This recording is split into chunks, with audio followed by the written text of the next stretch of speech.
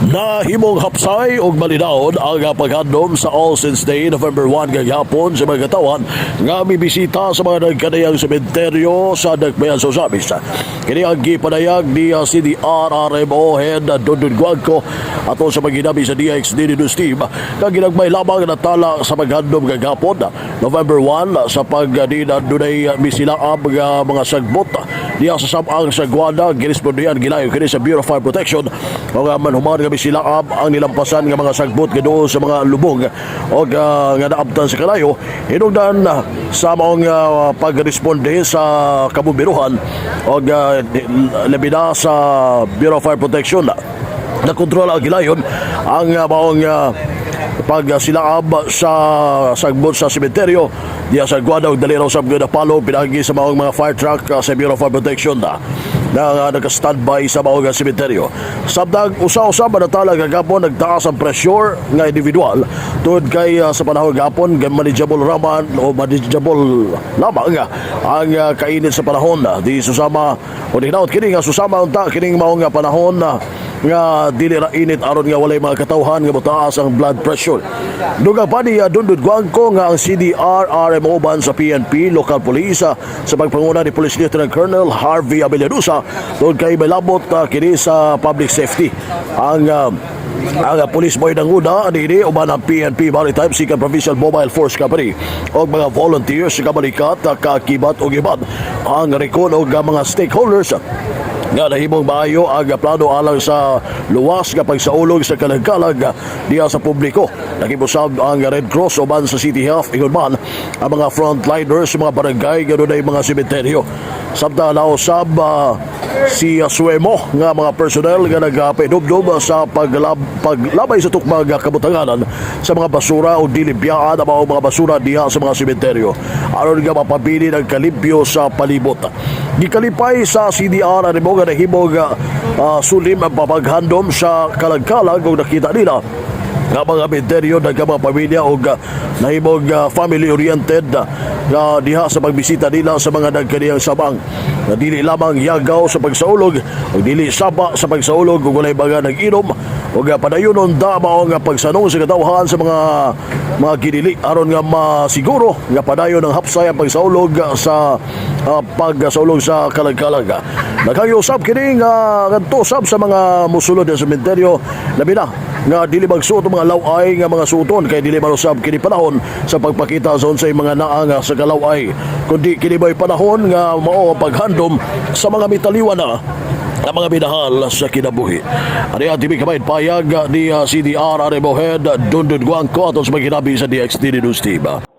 Celebrate na po karon sa UNDAS 2024 sir, medyo relatively peaceful wala mga untoward incident ay ang pagpadagan sa mga activities sa mga samang so far wala yun sir negative nalay mga minor yun kayo very minor katong mga recruit kayo nga obya sa pilit medyo may sila operita kanin sa agwada nga sementeryo pero naman kayo panday na nasa dool so dali rin siya nga na control. May sila pero dili ko din under control naman po pero tungod kay gaay siya so naniguro lang ta that's why ang Bureau of Fire naman sa area so para ka sa surrounding mga sagbot-sagbot dili na mo katay ang sibling na mga baga ba so siguro yun so far kana gid ang concert no video dia sulod mismo sa kanta interview. Okay. So, wala pa yung mga so far gitabang or nagkataas ang pressure na monitor ninyo sa mga area, sa mga nagkiring sementeryo? Sir, may ganina na usa po ang reported. No? Kay sa so far ang dagan sa contest sa atong reader ganina. Kung naman sa kanin favorable na kayo ba? Dili kay sa init o wala pong ulan dahil so far in generally ang bagyo is ang katong bagyong Leon so naman paggawas na ng katong responsibility so mayo kayo ang team po sir so tanaw na ko satisfied kayo sa weather ang mga tao i-cooperate ang ato ang kinaiyahan sir.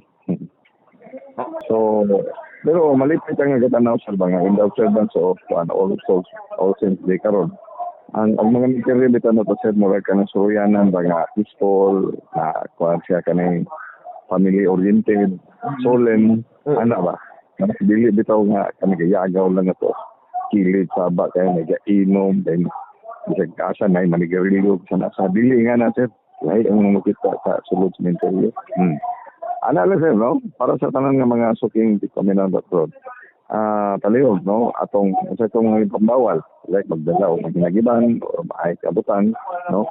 Dahil katong mga sound system, yung saba kayo, bawal ko siya.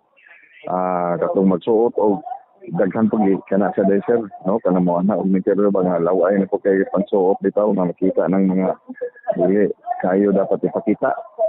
No? So anang giawhag sa itong suunan kay mga nahamot na para nandumon ang ato ang mga pinalangga ato na sa laing kalibutan sa solemn nga pamaagi o sa ay mawala at madiskadent ito ay pasaway kay gipang suot. Dayon bawal ang sigarilyo, bawal ang inom, bawal ang saba-saba sulod, no? Kay it's a day of prayer for our beloved departed. So yana mo na sir. No, nya kita mga Pilipino ato anang gikuan kay na nga kon ba ka na adlaw, no? Ato yung andaman kada tuig. So, lang siguro sir, no? Then, natin mga, ikasog na yung mga problema sir, natin mga help desk sa mga kuan, sa mga gawas yun sa mga military sir. Aga TV kamay payag si Don Guag ko ato sa interview sa DXTD News Team. Alang sa DXTD si Manager Kampala, Radio Sibahan, Dominio So, Manuel Ronquillo Jr. Danang sa nagbihala.